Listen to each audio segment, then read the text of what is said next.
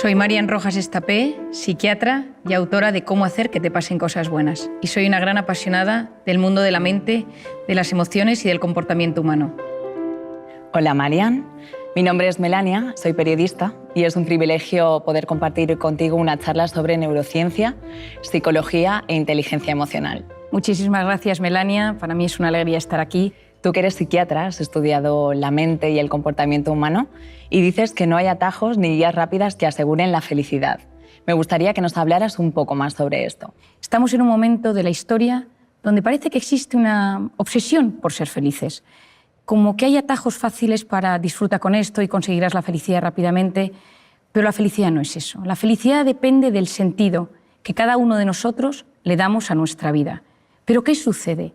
Que en una sociedad que ha perdido el sentido, en una sociedad que en muchas ocasiones ha perdido el rumbo, hemos sustituido el sentido de la vida por sensaciones. Esas sensaciones pueden ser masajes, comida, alcohol, redes sociales. No todo tiene por qué ser malo, pero es autodestructivo cuando sustituye el verdadero sentido de la vida. Cada vez se investiga más sobre este sentido de vida. Los japoneses lo denominan Ikigai y hoy en día se sabe que cuando existe ese Ikigai, ese sentido que uno le da a las cosas, uno puede tener mejor salud física y psicológica. Incluso mejoran los marcadores cardiovasculares, pero también mejora la felicidad. Cada uno de nosotros, todos los que nos están escuchando, tú y yo, Melania, estamos librando una batalla en algún tema de nuestra vida. Todos nosotros estamos sufriendo constantemente por algo. Un tema económico, un tema de salud, un tema familiar, un tema profesional. Siempre hay algo que nos preocupa y esas batallas nos marcan. Y cómo lidiamos con esas batallas va a marcar eso que denominamos felicidad. Porque la felicidad consiste en conectar con eso bueno que pasa cada día y que lo malo que sucede cada día, esas batallas, las sepamos gestionar de la mejor manera posible. Tiene un matiz con la plenitud. La plenitud es un estado donde yo noto que mis necesidades están cubiertas y no quiero nada más. Por lo tanto, uno puede estar sufriendo mucho, pero ser feliz en ese momento, porque sabe conectar con lo pequeño y bueno que me va sucediendo cada día. Es decir, la felicidad está en conectar con las cosas pequeñas que van surgiendo en el día a día. Te he leído en varias ocasiones que muchas veces el antídoto para el sufrimiento es el amor. ¿A qué te refieres con esto? El mejor antídoto al sufrimiento y al dolor es el amor. Es sentirse querido, es sentir que no estás solo. Esa sensación de soledad no buscada, esa soledad involuntaria, es una sensación terrible para la psique, para la mente y para el corazón. Y por eso en muchas ocasiones, cuando uno está solo, tener a alguien, una persona vitamina, una persona que te apoye, una persona que te escucha, que no te juzga, que te entiende, a la que le cuentas algo y automáticamente te hace sentirte mejor. Que da igual que haga un año que no la veas, que sabes que con esa persona las cosas son mucho más sencillas, ¿no? Esa sencillez en las relaciones humanas que tanto ansiamos. ¿El amor a quién? Bueno, el amor a uno mismo. Eso es la autoestima. Quererse de forma sana, no quererse en exceso, que ahí entramos en el narcisismo, ni quererse poco, que entra en los cuadros de inseguridad tan destructivos para la mente humana. Y eso tiene mucho que ver con la voz interior. Todos nosotros tenemos una voz interior que determina cómo va a ser nuestra autoestima y cómo nos vamos a tratar. Lo segundo es el amor de pareja. El amor de pareja nos hace ser valientes. Ya lo decía Platón, no existe nadie tan cobarde que el amor lo transforme en alguien valiente. Yo creo que estoy segura de que todos conocemos a alguien que de repente se ha enamorado y se transforma. Y nada le da miedo y asume riesgos que jamás habría asumido. El amor de pareja es impresionante. Y cuando uno tiene ese amor de pareja, cuando uno se siente querido, esa sensación de confianza, hasta mejora, sabemos hoy en día, el sistema inmune. Tienes mejor salud física y psicológica. El tercero es el amor a los demás. La cooperación, la solidaridad, el amor a tus padres, a tus amigos, a tus hermanos, incluso a la gente de tu trabajo. Cuando uno está en armonía con las personas de su entorno, es capaz de mitigar los efectos que el estrés puede producir en él. Si tú vives ansioso o preocupado por algo, un tema económico, pero te sientes querido, el estrés que eso te produce es mucho menor. Luego tenemos el amor a las creencias y a los ideales. En las ideas se tienen, en las creencias se está, decía Ortega y Gasset. Cuando crees en algo y amas tus creencias, tienes fuerza, tienes fortaleza y superas casi todo. Y finalmente, el amor a los recuerdos. Yo creo que quizá de todos los amores es el que me parece más diferente y por eso siempre me encanta hablar de él. Hace unos años, Susumu Tonewaka, Premio Nobel de Medicina, descubrió que cuando una persona recuerda algo con intensidad, el recuerdo de esa imagen, que es placentera, activa los mismos mecanismos en el cerebro que cuando esto sucedía en la realidad. Esto es mágico. Cuando uno está angustiado, y esto muchas técnicas de relajación, cuando uno trabaja con MDRs o con técnicas que ayudan a mejorar los estados de angustia, el traer a la imagen, atraer a la mente imágenes placenteras, recuerdos de personas donde había amor, donde te sentías querido, donde te sentías agradecido, de repente produce efectos bioquímicos en el propio organismo. Por lo tanto, ese amor, cuando inunda nuestra mente, nuestro organismo, nos ayuda también a ser mejores con los demás, a convertirnos en personas que no juzgamos, que empatizamos, que somos cariñosos, que buscamos intereses comunes. Yo soy muy de decirle a la gente que busque intereses comunes con los demás, que pregunte a los demás cómo se siente. Y cuando le ha preguntado cómo se siente, que recuerde esos datos. Porque esto lo he aprendido de mi padre. Mi padre se acuerda de todas las cosas y él lleva en su agenda del teléfono, los teléfonos de todo el mundo, pero al lado tiene puesto, su padre tiene artritis, su mujer tiene un Alzheimer, su hijo ha tenido un fracaso escolar, y así cuando alguna vez llama a alguien, siempre busca ese punto en común. Hoy en día vamos tan acelerados con nuestras preocupaciones y nuestros pensamientos que nos cuesta prestar atención a las preocupaciones de los demás. Por lo tanto, el amor, efectivamente, Melania, yo creo que todos lo sabemos, pero el amor es uno de los mejores antídotos a los momentos malos. Marian, me gustaría que nos contaras cómo afectan las emociones y los pensamientos al organismo. Y por otro lado, ¿qué nos sucede cuando nos preocupamos por algo constantemente?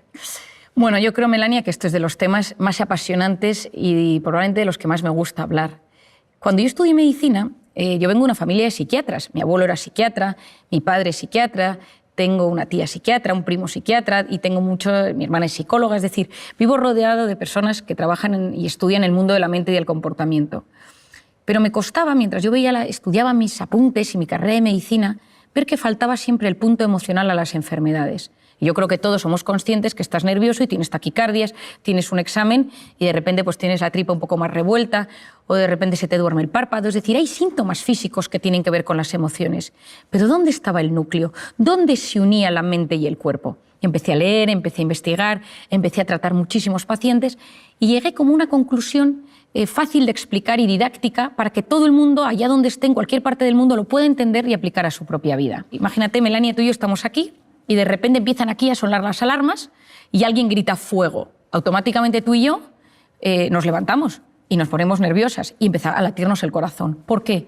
Porque esa señal de alerta, de amenaza, ha activado un lugar en nuestro cerebro, el hipotálamo, que lanza una señal a las glándulas suprarrenales y se activan dos hormonas, la adrenalina, conocida por todos, y el cortisol. Y automáticamente, ¿qué sucede? Que mi cerebro busca mecanismos de supervivencia, que son la lucha y la huida. Y empezamos con taquicardia, corazón me late, para llevar la sangre a los tejidos y poder luchar o correr, que es lo que hace falta. Luego empieza la taquipnea, que es esa necesidad de meter más oxígeno en el cuerpo para que mis músculos y mis células tengan más oxígeno y poder luchar. La glucosa se moviliza, las grasas se empiezan a movilizar y en este momento yo ya no puedo razonar porque estoy en un momento de alerta y la corteza prefrontal, que es la que se encarga de reflexionar, de pensar, de buscar soluciones a los problemas, de repente ya no me deja pensar tan bien. Es como que me pierdo el hilo de lo que te estoy contando. El hipocampo, que es la zona de los recuerdos y donde almacenamos los datos, es hipersensible al cortisol y por lo tanto nos falla la memoria y tenemos como lagunas en lo que queremos hablar. Ese pico de cortisol va a tardar varias horas en volver a su estado original. ¿Por qué es esto tan importante, Mel? Porque ese estado de cortisol que se eleva, ese estado de cortisol va a cambiar nuestro organismo. El cortisol es una hormona cíclica. Por las noches es baja y tiene que ser bajita para que yo pueda dormir. Y a lo largo de la noche sube hasta las 8 de la mañana, más o menos, que tiene su pico más alto. Y a las 8 de la mañana vuelve a bajar para hacer frente a los desafíos del día a día. Pero ¿qué pasa si vivo preocupado por algo constantemente? Aquí entra una de las ideas más importantes que te voy a transmitir hoy. Y es que mi mente y mi cuerpo no distinguen una amenaza real de una imaginaria. Ante algo físico real que me sucede, la alarma, que me atraquen por la calle, que me llamen para decirme que mi hijo está enfermo, que me digan que mi padre está ingresado, esa activación del cerebro por algo real se produce de forma muy similar si yo estoy sentado en mi trabajo, en mi casa, y empiezo a pensar, ¿y si mi hijo está en las drogas? ¿Y si no llego a fin de mes? ¿Y si me atracan por la calle? El 90% de las cosas que nos preocupan nunca jamás suceden. De hecho, es el 91,4%. Pero mi mente y mi cuerpo lo viven como si fuera real Es decir, tanto lo que me sucede como lo que me preocupa tiene un impacto directo en mi mente. Y esto es clave. Porque si más del 90% de las cosas que nos preocupan no suceden, eso lo que va a significar es que yo voy a inducir en mi organismo un estado de alerta mantenido. Lo que yo denomino, de forma sencilla, una intoxicación de cortisol. Y empiezo a inducir a mi organismo a entrar en lo que denominamos el sistema nervioso simpático, que es ese estado de alerta donde se segrega cortisol. Y esa intoxicación de cortisol va a generar cambios a 3 niveles en mi organismo. A nivel físico, se me cae el pelo. ¿Por qué se me cae el pelo? Porque cuando uno está en un estado de alerta, en un estado de amenaza, es como si estuviéramos en las trincheras. Y entonces el organismo lo que busca es que los recursos del organismo se utilicen de la mejor manera posible. Entonces, si tú estás en guerra, si tú estás en una batalla, si te persiguen por la calle, pues el pelo no es un organismo primario para hacer frente a ese desafío. Y por lo tanto, de repente, empiezas a perder pelo. El cortisol inhibe la correcta recuperación del folículo piloso o de los fibroblastos en la piel y por lo tanto aparecen las temidas arrugas, las manchas, la piel cambia de color. Por otro lado, empiezas a sentir sensación de opresión en el pecho constante, falta de aire, te cuesta respirar, tienes problemas a nivel gastrointestinal, que ahora explicaré con más detalle, la musculatura la tienes tensa porque vives siempre a punto de salir corriendo o a punto de luchar. Y entonces, si de repente haces un movimiento un poco extraño, puede ser que tengas una contractura o que te quedes en el sitio o que notes que te duele todo el cuerpo, cuerpo pesado, cuerpo que te cuesta mover, te notas como más rígido. Esto a nivel físico, pero también el cortisol altera el funcionamiento de los estrógenos, de la progesterona o de la testosterona. Cuando uno conoce cómo funciona esta hormona, sabe que uno cuando vive intoxicado de cortisol, en el cuerpo suceden muchos temas. Pero hay uno clave, Melania, que te quiero explicar, y es que el estado de estrés mantenido lo que va a hacer es modificar el sistema inmunológico. Y para mí aquí está la clave. En un momento de estrés puntual, el cortisol actúa como antiinflamatorio. Pero cuando el organismo vive constantemente en un estado de estrés crónico, lo que sucede es que se disocia el sistema inmunológico, la inflamación, el cortisol y el cuerpo, y lo que sucede es que nos empezamos a inflamar.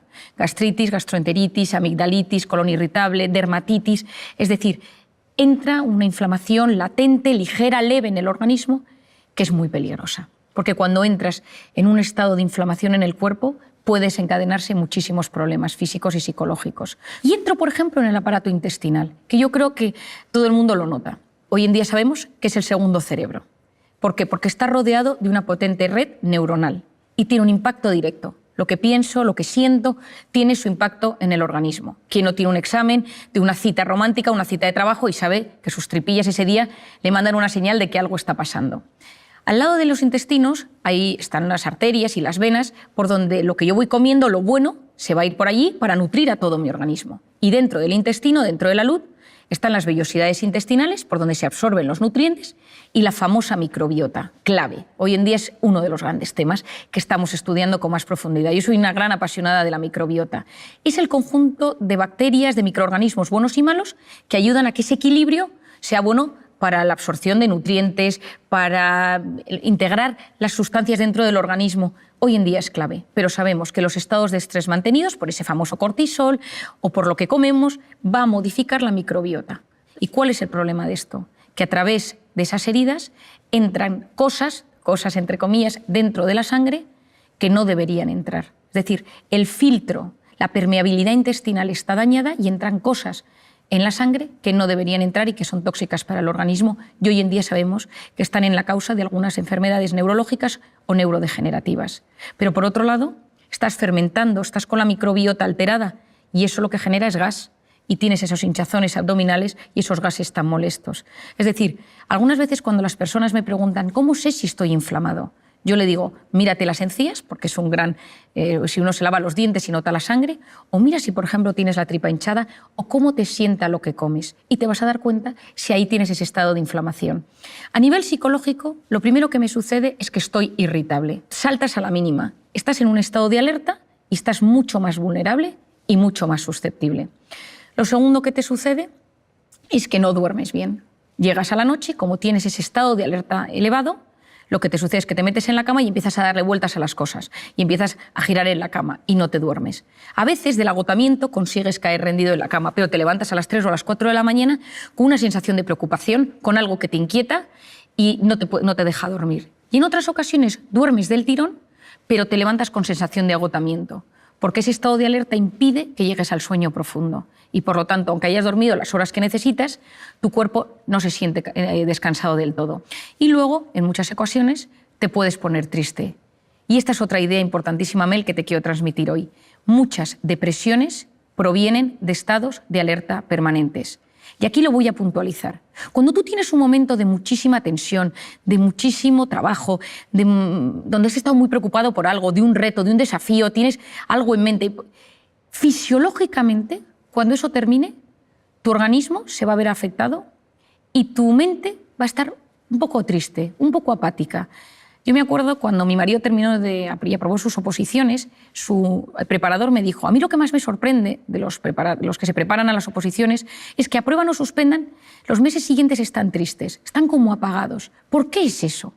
Porque fisiológicamente, cuando el cerebro ha estado luchando contra algo mucho tiempo y eso termina, de repente está triste, está apagado, está apático. Es decir, cuando uno conoce, cuando uno entiende todo esto, comprender es aliviar. Y cuando uno comprende por lo que pasa su mente, uno se siente aliviado. Porque si no, lo que sucede es que uno es esclavo de síntomas físicos, psicológicos, y va como perdido por la vida.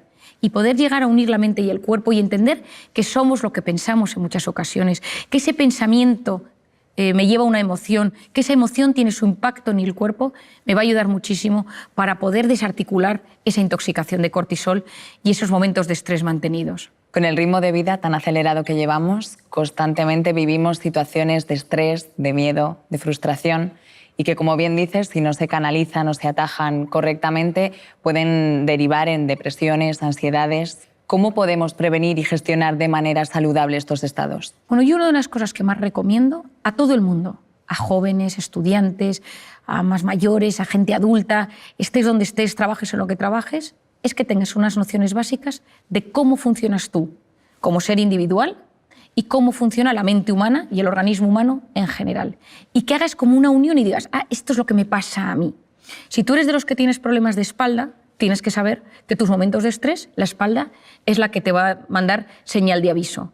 Si de repente eres de los que tienes visión borrosa o de los que tiendes a tener cambios en la piel o de los que te cambia el aparato intestinal o de los que somatizas a nivel neurológico y te tiembla el párpado o se te duermen las manos, vas a entender mucho mejor el funcionamiento de tu cuerpo y de tu organismo. Lo primero es conciencia de uno mismo. ¿Quién soy yo?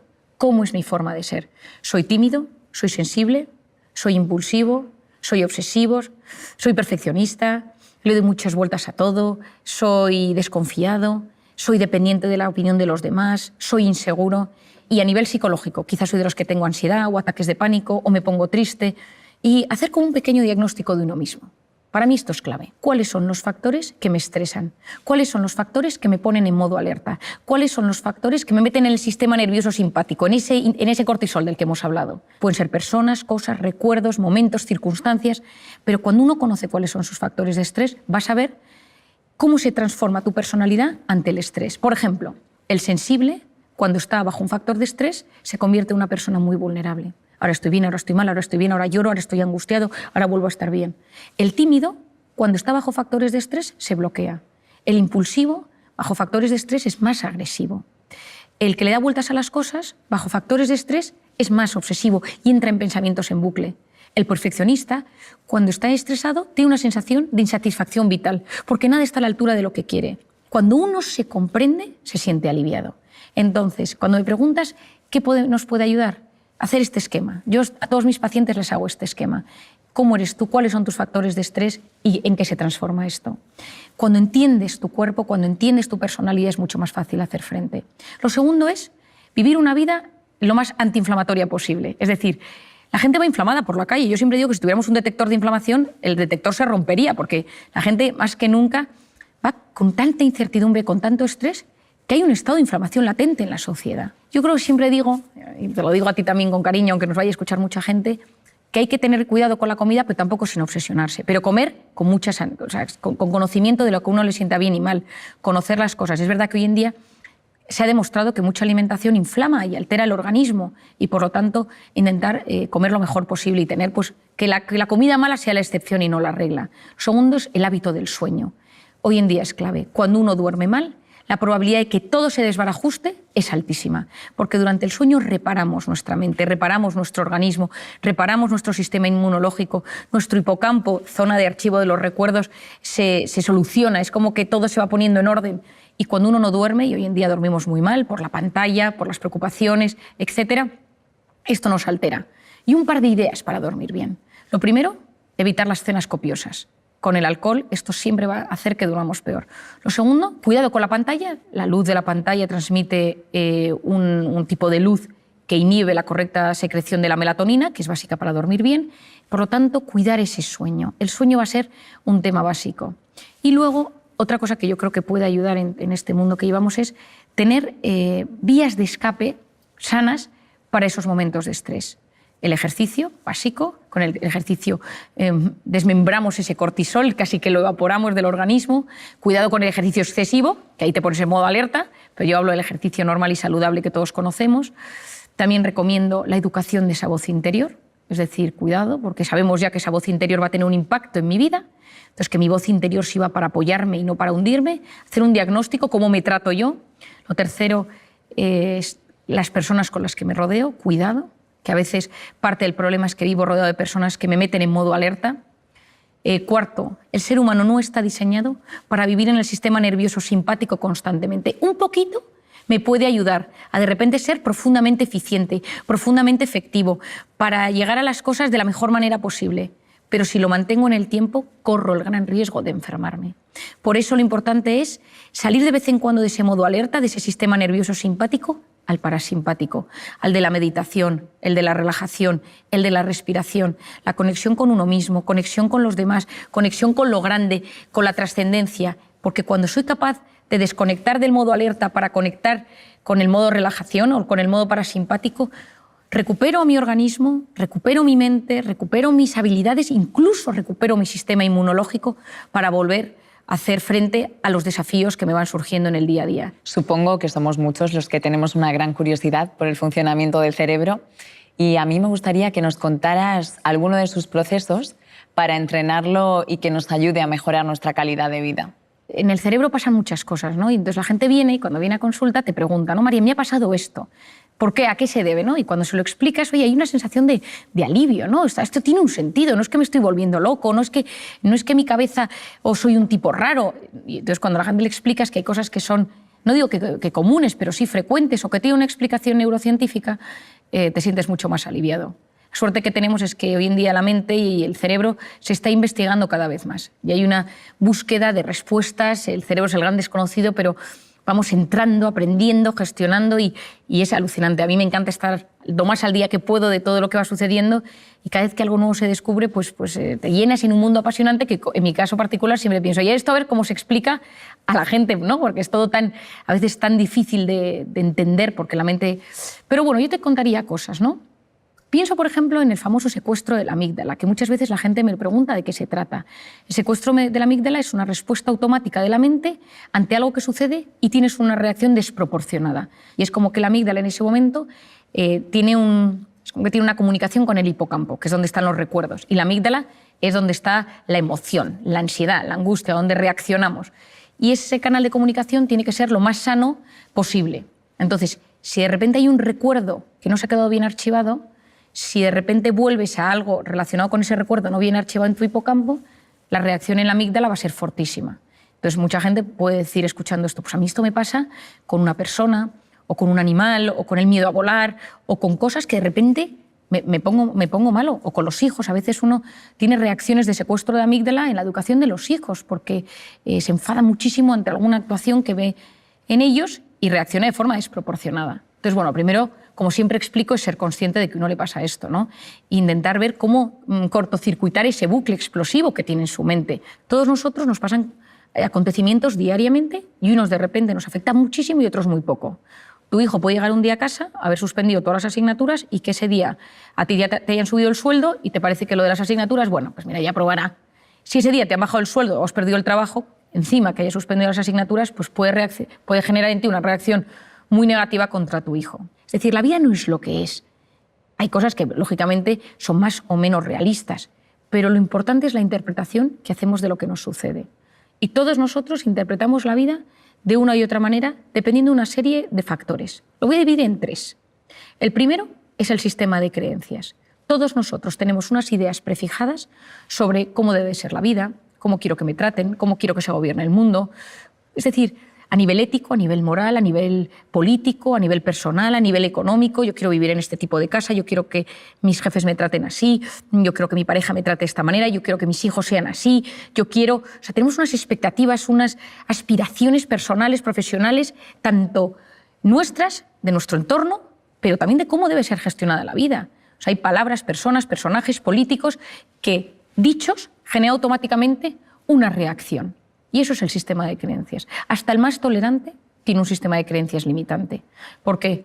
Porque muchas veces queremos que nuestros hijos sean ingenieros, médicos, y de repente te viene un hijo, estoy pensando en una paciente que tengo, que le dijo que quería ser pianista, toda la familia son ingenieros, y la madre no lo entendía, dejó de hablarle porque para ella era un drama, pero su hijo tenía un don para el piano, pero ella no lo podía percibir, ella no lo veía. ¿Por qué? Porque su sistema de creencias era que todo lo que no fuera ser ingeniero era un problema, porque venían de no sé cuántas generaciones de ingenieros en la familia y el tema del piano le parecía que era una cosa que no tenía ni pies ni cabeza. Muchas veces hay que romper nuestro sistema de creencias. Yo creo que lo más importante es conocerlo. ¿Cuál es el mío? Y todos tenemos un sistema de creencias que hace que las cosas que nos cuenten o que nos sucedan las vamos a interpretar de una u otra manera según ese sistema de creencias. Y es lo más difícil de cambiar. Cuando uno piensa en algún tema de alguna manera, a veces no se puede modificar y es como darse contra un muro, porque yo puedo tener delante un paciente que noto que es un sistema de creencias limitante, acepta a tu hijo, acepta este tema en ti, acepta tu pasado, acepta que esto pase en tu trabajo. No quiero, me niego. Y muchas veces esa resistencia al cambio es lo que impide que disfrutemos de la vida. Por otro lado tenemos el estado de ánimo. Si uno está contento, la interpretación de las cosas es mucho mayor. Yo recuerdo siempre cuando ganó España el Mundial de Fútbol con el gol de Andrés Iniesta, ¿no? Que para mí, que es buen amigo, él y su mujer Ana, son buenos amigos míos, y yo lo recuerdo como uno de los momentos pletóricos a nivel... Me encanta el fútbol, me encantó, ¿no? Y entonces recuerdo que al día siguiente en el hospital todo el mundo estaba contento, la gente se saludaba, la gente por la calle, la gente iba pues, dando al claxon por la calle, había una sensación de jolgorio por las calles, ¿no? Estado de ánimo, de felicidad, de bienestar, por una alegría. Pero vayamos a lo serio. Ese estado de ánimo va a determinar nuestra interpretación de las cosas. ¿Y de qué depende ese estado de ánimo? Depende de cómo durmamos. Lo hemos explicado ya, pero depende de cómo durmamos. Depende de las circunstancias. No es lo mismo vivir en plena pandemia que vivir en un momento donde no había ningún problema de virus alrededor. Por otro lado, la personalidad. La interpretación de las cosas, si tú eres profundamente sensible, eso va a afectar a tu estado de ánimo. Si tú eres profundamente desconfiado, eso va a afectar a tu estado de ánimo y, por tanto, a tu interpretación de las cosas. Y a veces en esta vida, si lo que quieres es ser un poco más feliz, esa felicidad de la que estamos hablando, a veces lo que tienes es que ir a ver esa cosa de tu forma de ser, que es tu talón de Aquiles y que te impide disfrutar del día a día. Si eres de los que se queja, si eres de los que vas de víctima, trabajar la personalidad, porque eso automáticamente mejora tu estado de ánimo y eso automáticamente mejora tu interpretación de las cosas. Y finalmente, lo que se denomina el sistema reticular activador ascendente. Tiene un nombre terrible, pero tiene una función mágica. Es una zona que se encuentra aquí detrás, en el tallo encefálico, y es una zona muy primitiva de neuronas que tiene múltiples funciones, pero tiene una muy interesante que es el filtrador. Es como un rastreador del cerebro. Y es la zona que se encarga de filtrar de todo aquello que me sucede y de quedarme con lo que me interesa. Es decir, nuestro cerebro recibe constantemente muchísima información, a través de los sentidos, especialmente a través de la vista, pero a través de los sentidos. Pero solo se queda con lo que le interesa. Si tú estás buscando un trabajo de un tema específico y te pones a prepararte sobre ese tema, tu cerebro va a hacer todo lo posible por encontrar ese asunto. Yo he contado muchas veces una anécdota que me pasó hace unos años cuando, estudiando la carrera, me fui a las Naciones Unidas a un evento, una entrega de premios, y el rector de mi universidad me pidió que buscara a Kofi Annan, entonces el secretario general de las Naciones Unidas. Y yo me empecé a preparar todo tipo de cosas sobre Kofi Annan y por si me lo encontraba para invitarle a mi universidad a un evento que había. Y nunca había Kofi Annan, pero en un momento dado, en pleno evento, fui al baño y me encontré con una señora rubita, de tez muy pálida, y empecé a hablar con ella y le conté varias cosas, le conté cómo funcionaban las Naciones Unidas, los premiados de ese evento al que íbamos, y nada, me despedí de ella. Y el día que volví a Madrid, esta señora estaba en el avión y la fui a saludar. Dije, qué curioso, la señora del baño. Y estaba sentada al lado de un tipo al que me presentó que era Kofi Annan, que era su marido. Y entonces yo muchas veces me pregunté, ¿no? ¿Cómo es posible? Bueno, yo había estudiado a Kofi Annan y probablemente mi mente había captado fotos con su mujer y cuando la vi, la distinguí. Es decir, decía Louis Pasteur o decían, bueno, la suerte favorece a la mente preparada. Hay que prepararse, hay que estudiar, hay que saber. Porque el que se prepara, el que estudia, el que sabe, percibe mejor las oportunidades. Y lo importante en esta vida es activar nuestro sistema reticular. Si lo tienes en negativo, ves lo negativo de todo. ¿Quién es el principal inhibidor de este sistema reticular? La pantalla. ¿Por qué? Porque la pantalla te ofrece gratificaciones instantáneas, chispazos de dopamina. Es una vida fake, es una vida digital. Las cosas buenas suceden en la vida real. Esa vida digital, esos chispazos de dopamina van generando, pues sí, momentos de gratificación instantánea, pero a la larga nos producen un vacío. Tienen un mecanismo muy similar, las pantallas y el mecanismo de la dopamina, con las drogas. Por eso a día de hoy muchas adicciones a la pantalla, muchas adicciones a la pornografía, a los videojuegos, se tratan con mecanismos similares a las drogas. Y esto es un enorme problema porque vivimos en un momento de la historia, como dice el filósofo José Luis Ruiz, somos drogodependientes emocionales. Somos cada vez más adictos a experiencias vibrantes que nos llegan a través de la pantalla. ¿Y por qué es esto tan importante? Porque todo esto va a frenar nuestra corteza prefrontal. Aquí entro en un campo interesantísimo a nivel educativo, a nivel de padres y a nivel personal. La corteza prefrontal, que ya hemos hablado de ella en varios momentos, es una zona fundamental para la atención, la concentración, la resolución de problemas y el control de impulsos. Es la zona que nos hace ser seres superiores, que nos ayuda a prestar atención a lo que queremos, a estar quietos en un sitio y escuchar, a estar en una pastelería, yo que soy muy dulcera, y no comerte los bombones mientras te los están sirviendo, sino que controlas esos impulsos, te gestionas por dentro. La corteza prefrontal es una zona profundamente inmadura cuando un bebé nace. Cuando un bebé nace, esta zona está completamente inmadura y se va evolucionando a medida que pasan los años, madura antes en las mujeres que en los hombres. Las niñas maduran antes esa atención y esa concentración que los chicos. Esto es muy importante en el ámbito educativo. Los chicos están a 4.000 cosas todavía y las niñas ya son mucho más concienciudas desde que son más pequeñas. ¿Con qué se estimula la corteza prefrontal de un bebé? Con 3 cosas: luz, sonido y movimiento. ¿Quién no ha visto a su bebé que de repente ve pasar a su padre o ve una luz que se enciende o una musiquita y va girando la cabeza? ¿Qué es lo que queremos nosotros para ese niño? Que a medida que se vaya haciendo mayor, este niño también preste atención a objetos inmóviles, a un profesor que le habla, a un adulto que le habla, a un amigo que le está contando una historia, que esté quieto en la salita de espera del médico, que sea capaz de leer un libro quieto. Es decir, que esa corteza prefrontal vaya madurando y no solo se active la atención con la luz, con el sonido y con el movimiento, sino también pues de repente conecte con una puesta de sol, con un cuadro, con una música, etcétera, ¿no? Es decir, con cosas distintas. Pero si tú a ese niño le pones una pantalla desde que es muy pequeño, ¿qué es la pantalla? Luz, sonido y movimiento. Lo que sucede es que su atención se va a ver estimulada por una herramienta externa, que es ese dispositivo. Y el cerebro funciona con un mecanismo que se denomina use it or lose it. O lo usas o lo pierdes. Si nosotros utilizamos solamente Wikipedia para encontrar datos, lo que sucede es que nuestro hipocampo, zona de la memoria, cada vez va a funcionar peor. Si uno usa Google Maps o Waze para orientarse siempre, pues cada vez nos orientaremos peor. Cuanta menos actuación tenga nuestro cerebro per se, peor va a funcionar en esa herramienta estrictamente particular. Si nosotros conseguimos trabajar las cosas, prestar atención, fomentar nuestra orientación, fomentar nuestra memoria, vamos mejorando la neuroplasticidad cerebral. Es decir, estamos en un momento donde la neuroplasticidad cerebral, que es la capacidad de generar nuevas neuronas. Yo cuando estudié medicina, las neuronas que teníamos eran las que teníamos y no había forma de generar más. Hoy en día sabemos que la ilusión, tener ilusión en la vida, consigue que se produzca una migración de neuronas hasta el hipocampo, que es la zona del aprendizaje.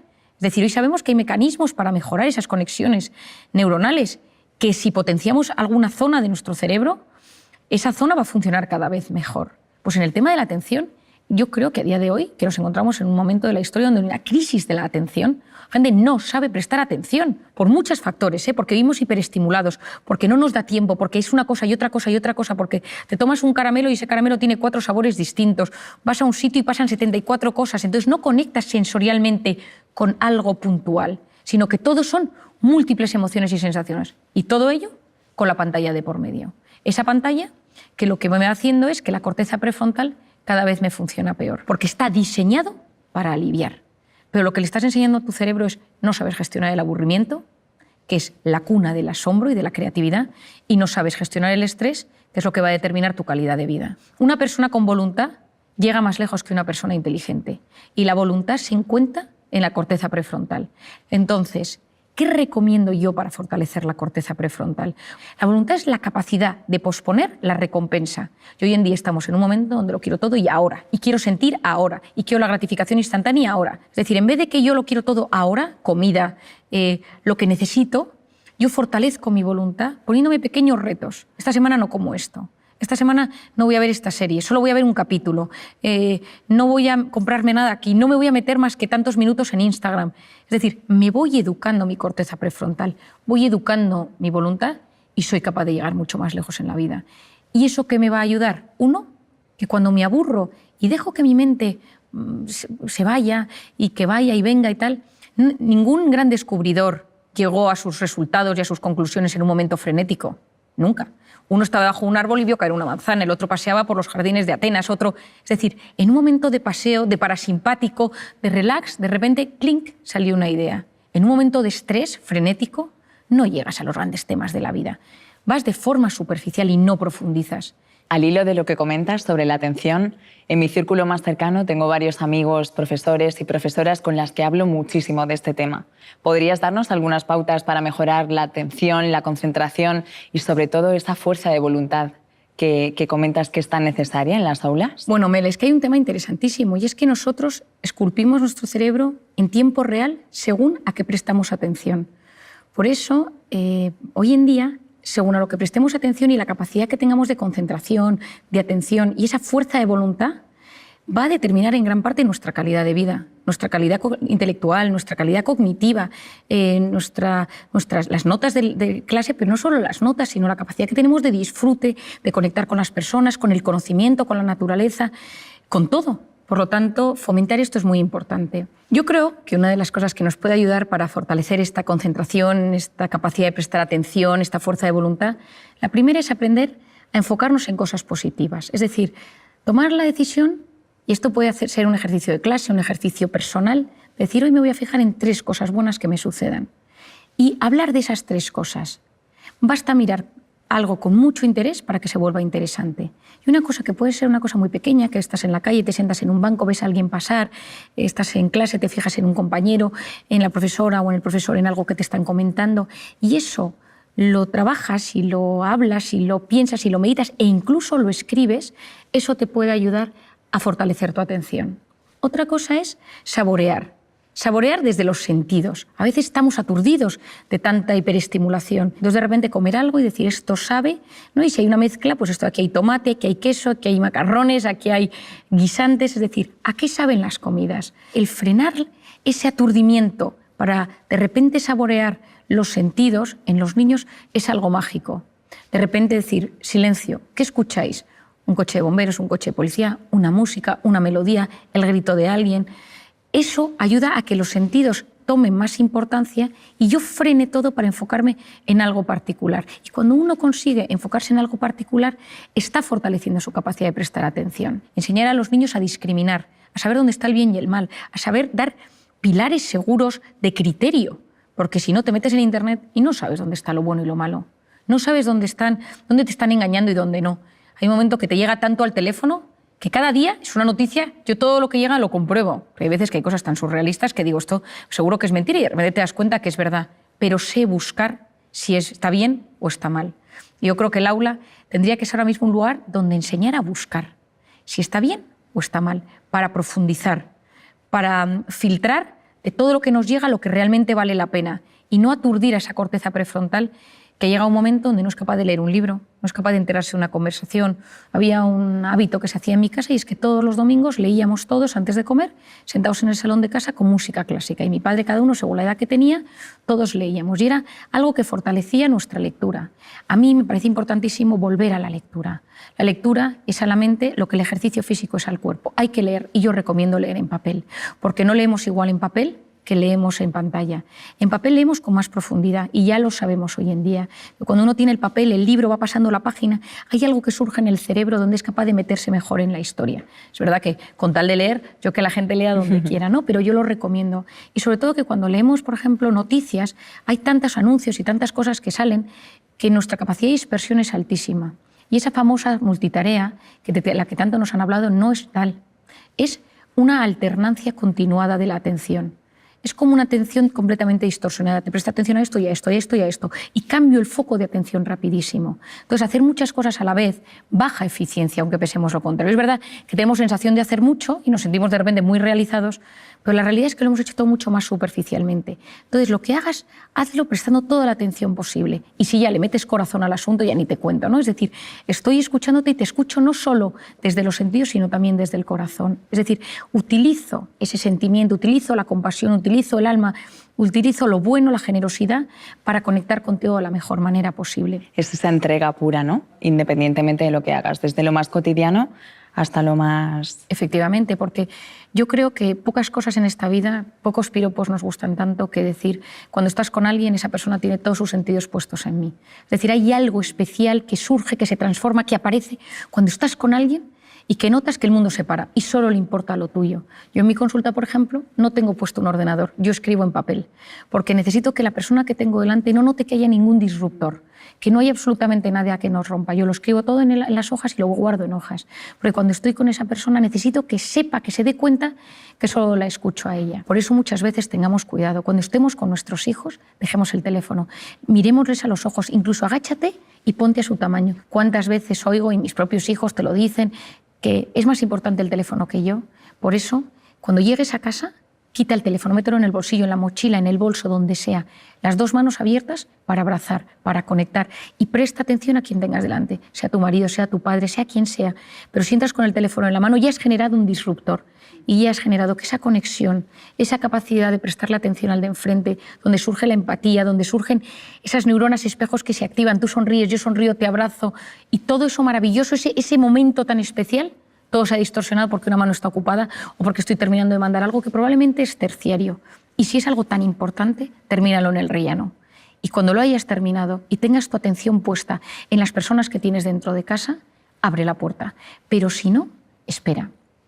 Y yo creo, Melania, que esto, que tú y yo que también lo estamos hablando hoy aquí, es lo que buscamos, tener una sociedad que le importen los demás, que no vayas solo enfocado en ese dispositivo, que te metes dentro y te olvidas de los demás, sino que seamos capaces de levantar la mirada, conectar con los ojos del que tienes delante y dar importancia a lo que realmente la tiene. Una de las cosas que comentabas sobre la fuerza de voluntad me parece un término precioso y que realmente nos forma como personas y nos ayuda a vivir una vida más plena. Dices que se puede aprender desde pequeño, que se trabaja en el cole, en las aulas, pero también sería posible haberla aprendido de padres, de abuelos, de amigos. Tener un modelo de identidad en la vida es clave. Y en voluntad, ni te cuento. En mi caso son mis padres. Los dos tienen una fuerza de voluntad excepcional, ¿no? Es decir, yo he aprendido de ellos el orden, la constancia, la perseverancia, cómo actúan, cómo, pues, si tiene una cosa que hacer es lo que se hace, haz lo que debes ahora en este instante. A veces esto no lo hagas ahora y pospon la recompensa más tarde, te apetece esto, ahora no es el momento. Y cuando tú eso lo ves en tus padres, es mucho más fácil que tú lo hagas como hijo. No podemos pretender que nuestros hijos hagan cosas que nosotros no hacemos. No podemos pretender que nuestros hijos tengan una gran atención si nosotros se nos ve con el teléfono perdiendo el tiempo, sino si nos ven que nos cuidamos, que cuidamos nuestra mente, que cuidamos nuestra alimentación, y tus hijos te dicen, papá, ¿por qué no nos tomamos? Y dices, después de cenar. Esos pequeños tips, esos pequeños consejos, los hijos van aprendiéndolos y saben que lo que te apetece no lo haces en el momento que te apetece, sino que hay cosas que convienen y no convienen. Y no es un tema de restringir o de control o de reprimir, sino de gestión sana. Porque si no sabes controlar o si no puedes controlar todo aquello que te apetece, todo ese impulso, y frenar, también está en la corteza prefrontal, ese impulso, concentrarte en lo que ahora tienes y disfrutarlo en vez de pensar en lo que vas a hacer en media hora y esa intensidad y que lo necesito hacer, a la larga en la vida te sentirás mucho más frustrado. ¿Qué otras herramientas nos pueden ayudar a hacer una buena gestión del cuerpo y de la mente y de esa obsesión que a veces tenemos por aprovechar el tiempo al máximo? Bueno, yo creo que hay una obsesión, efectivamente, como tú bien dices, de aprovechar el tiempo. El famoso FOMO, que ahora se habla tanto, que es lo que se denomina el fear of missing out, el miedo a perderme algo, ¿no? Entonces, constantemente me meto, veo si ha pasado algo a nivel mundial, personal, familiar, me meto en los chats, me meto en los portales de noticias, con un miedo constante, ¿no? Y hoy en día, ese mundo digital, nos hemos visto inmersos en un estado de alerta constante, ¿no? Yo recomiendo muchísimo quitarse las notificaciones de la pantalla. Soy yo quien domino el dispositivo, soy yo quien domino las alertas, no las alertas a mí. Porque siempre va a pasar algo, siempre hay algo. Has escrito en un chat, el chat del colegio de tus hijos, las noticias que están pasando todo el día a nivel mundial de cualquier cosa, porque siempre están pasando cosas, ¿no? Es decir, la pantalla nos ha convertido en unas personas que nos cuesta mucho más relajarnos y mete nuestra mente en ese estado de modo simpático, de modo de cortisol, de modo amenaza, tan tóxico para el organismo. Por otro lado tenemos la cronopatía. La cronopatía, que es la enfermedad del tiempo. Patos, enfermedad cronotiempo. Siempre haciendo cosas, nunca puedes parar. Decía Marañón, la rapidez, que es una virtud, engendra un vicio, que es la prisa. Pues a veces esa prisa sin parar a un sitio o a otro hace que no seas capaz de frenar. La persona que sufre de esa necesidad constante de la hiperactividad y del hiperactivismo, cuando la frenas de golpe, tiene ansiedad. Y por lo tanto, en esos casos, a veces lo que es necesario es decir, oye, un momento, no puedes pasar de todo a nada. Tienes que aprender poco a poco a bajar los escalones, porque tu cerebro no permite ese salto tan inmenso. Lo que de repente puede generar es un ataque de ansiedad. Y en alguna ocasión yo lo he visto en consulta. Y luego, por otro lado, tenemos el perfeccionismo. El perfeccionista, por definición, es el eterno insatisfecho. Siempre está inquieto, alerta, porque hay defectos en todo lo de su entorno. Esto podría estar mejor, esto se podría hacer de esta manera, mi tesis doctoral, mi trabajo, mi casa, el orden, la ropa, los niños. Y eso, a la larga, genera una insatisfacción vital, porque la vida tiene un componente muy grande de imperfección. Cuando uno es muy perfeccionista, esto puede desarrollarse en trastornos obsesivos compulsivos, y conocer el impacto que esto tiene en la salud va a ser muy importante. Entonces, ese estado de alerta mantenido, tanto por la cronopatía, por el FOMO, por el tema digital, por el perfeccionismo, por la necesidad de hacer cosas constantemente en este mundo tan frenético en el que nos ha tocado vivir, apasionante, pero frenético en el que nos ha tocado vivir, tenemos herramientas. Algunas ya las hemos ido hablando durante este rato de conversación, pero me gustaría puntualizar otras. Hemos hablado del deporte, que me parece clave, y me encantaría deporte con naturaleza. Hay estudios interesantísimos que no es lo mismo hacer deporte en una ciudad que hacer deporte con naturaleza. Incluso estos estudios se han realizado poniendo a la gente pantallas inmensas con un bosque, con un lago, y ver qué pasa en su cerebro y cómo van eliminando ese cortisol y cómo se va gestionando todo ese estado de bienestar. Se sabe hoy en día que cuando uno consigue hacer deporte en la playa, en la montaña, en la naturaleza, se relaja mucho más. Hay una parte de uno mismo que en la naturaleza conecta mucho mejor y entra en ese modo parasimpático mucho mejor que en un gimnasio. Ojo, si solo tienes al gimnasio, pues adelante, porque es lo que tu cuerpo necesita. Por otro lado, me parece fundamental todo el tema de aprender a conocer nuestro cuerpo y conocer cómo va somatizando mi cuerpo. Entonces, como el primer mecanismo ante la angustia es hiperventilar, la taquipnea, esa necesidad de generar más oxígeno en el cuerpo, esas taquicardias, hoy en día conocemos una manera fácil entre comillas, de frenar ese estado rápido de taquicardias o estado de alerta. ¿Por qué?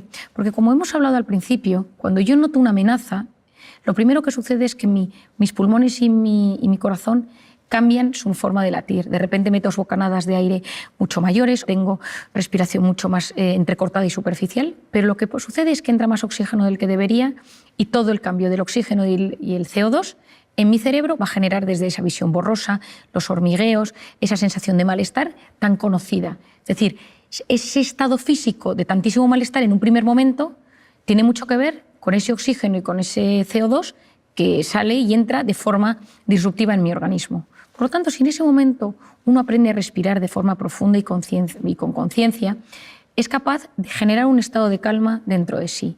Y esto tiene mucho que ver con varios músculos de mi cuerpo, entre ellos el diafragma, que es el encargado de que todo esto suceda. Cuando yo respiro profundamente y mantengo la respiración unos segundos y luego la saco con profundidad y ya sí soy capaz de ponerle un pensamiento positivo, yo siempre digo de pensar en alguien a quien quieres mucho o un pensamiento de agradecimiento, de repente al cabo de unos minutos mi cuerpo funciona mejor. Al final no deja de ser un movimiento físico donde nosotros vamos trabajando diferentes tipos de respiración, mantener la respiración, que al principio cuesta, pero como un hábito, incluso para dormir por las noches. Yo a muchas personas cuando no consiguen descansar les digo que hagan alguna técnica de respiración antes de dormir y cómo su organismo consiguen ponerse en ese estado de calma bajando al sistema nervioso parasimpático.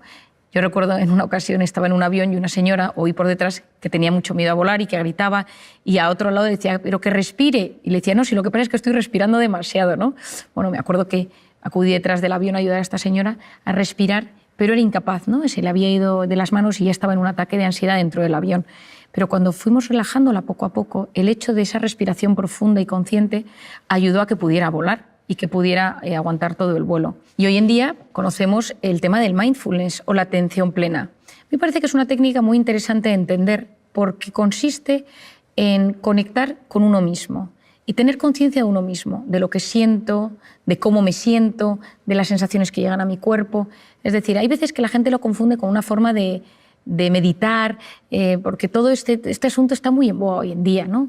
Yo creo que lo importante es que cada uno tenga sus propios mecanismos que le ayuden. Después de tantos años he conocido todo tipo de personas que conectan con diferentes mecanismos, que de repente les ayuda. Y lo que se sabe es que las personas que son capaces de frenar para conectar con uno mismo, con un pensamiento, decirme algo agradable que me ayude a no ser mi peor enemigo, a no hacerme autoboicot, mientras dejo pasar ese cúmulo de pensamientos negativos, ayuda muchísimo. Eso sí, medites, respires, hagas mindfulness, hay dos cosas que van a ayudar a que esto fructifique mejor. Y son dos herramientas, que es la aceptación y el abandono. Esa aceptación a que yo no lo puedo controlar todo. O ese abandono a que a veces nos angustiamos porque parece que o nosotros podemos con todo lo que llevamos en nuestra vida o nos vamos a romper. Y cuando nosotros trabajamos todo este tipo de técnicas, me ayuda a sentirme mejor. Pero si lo que sucede es que yo busco relajarme desde el control, lo que va a hacer eso es generarme un estado de alerta todavía mayor. Y yo creo que conectar mente y cuerpo y saber que en ese punto, que a día de hoy yo creo que es de los únicos que conocemos, donde hay esa simbiosis tan brutal, donde se unen la mente, la psique, el alma, el cuerpo, todo ello en uno, y podemos hacerlo de forma consciente, yo creo que nos abre un mundo apasionante. Por último, me gustaría que compartieras con nosotros y con todas las personas a las que llegue esta charla una idea maravillosa que escribes en tu libro, que es el camino que tenemos todos por delante para llegar a nuestra mejor versión. Bueno, como hablábamos a lo largo de esta charla, nosotros a veces estamos en modo alerta. Y cuando estás en modo alerta, vas en modo supervivencia. Y supervivencia es conseguir cada día sobrevivir a lo que te va pasando. Hijos, trabajo, dinero, salud, lo que sea. Y ahí es muy difícil conectar contigo mismo. Hemos hablado de maneras a lo largo del día para desconectar de ese modo alerta y conectar con ese sistema parasimpático. Pero esto es completamente necesario. Pero también en la vida a veces precisamos conseguir un momento de pausa. Un fin de semana, una semana, 15 días, donde de repente nos, entre comillas, retiremos del mundanal ruido para poder decir, ¿yo qué quiero conseguir en esta vida? ¿Cuál es mi sentido? ¿Cuál es mi ikigai? ¿Cuáles son las respuestas a las grandes preguntas? ¿La tengo o no la tengo? ¿Mi angustia pensar en algo más? Y ahí tengo que verme a mí en perspectiva, en 3D, en 4D, en 5D, y ver hacia dónde me dirijo y buscar sacar lo mejor que llevo dentro. Ese tu mejor versión del que yo tanto hablo. Y hago una ecuación matemática, que me parece que pocas cosas se puede usar menos matemáticas que en psicología y en psiquiatría, pero me gusta esta ecuación matemática porque puede ayudar a comprendernos. Tu mejor versión sería una suma entre los conocimientos, lo que yo aprendo, lo que yo estudio, lo que yo sé, más el proyecto de vida, es decir, tener unas metas en la vida, saber hacia dónde me dirijo, más la voluntad, es decir, esa corteza prefrontal, esa capacidad de posponer la recompensa, ese orden, conocimientos, más proyecto de vida, más voluntad, y todo ello multiplicado por la pasión. La pasión multiplica, el resto suma. ¿Qué es la pasión? La pasión es poner el corazón en lo que uno hace. El mundo está lleno de gente que no le mete pasión a la vida. El mundo está lleno de gente que no le pone el corazón a lo que hace. Y todos los trabajos pueden transformar la vida de las personas y la de uno mismo. Pues la mejor versión consiste en que si eres médico, periodista, si eres ama de casa, si eres te cuidas a tus niños, tengas el trabajo que tengas, tienes la oportunidad de transformarte y transformar a los demás si utilizas ese corazón. Pero para eso necesitas en algún momento frenar, reflexionar sobre tu vida, reflexionar sobre lo que sabes, reflexionar sobre tus metas, reflexionar sobre esa voluntad, ese orden, esa constancia, poner un poco todo en perspectiva y en esa manera es mucho más fácil que saques tu mejor versión. Marian, muchísimas gracias una vez más por compartir todos estos conocimientos tan útiles y tan necesarios. Ha sido un verdadero placer. Gracias a ti, Melania. Espero que a través de estas palabras y de estas charlas podamos ayudar a muchísima gente a alcanzar ese equilibrio que todos ansiamos. Gracias.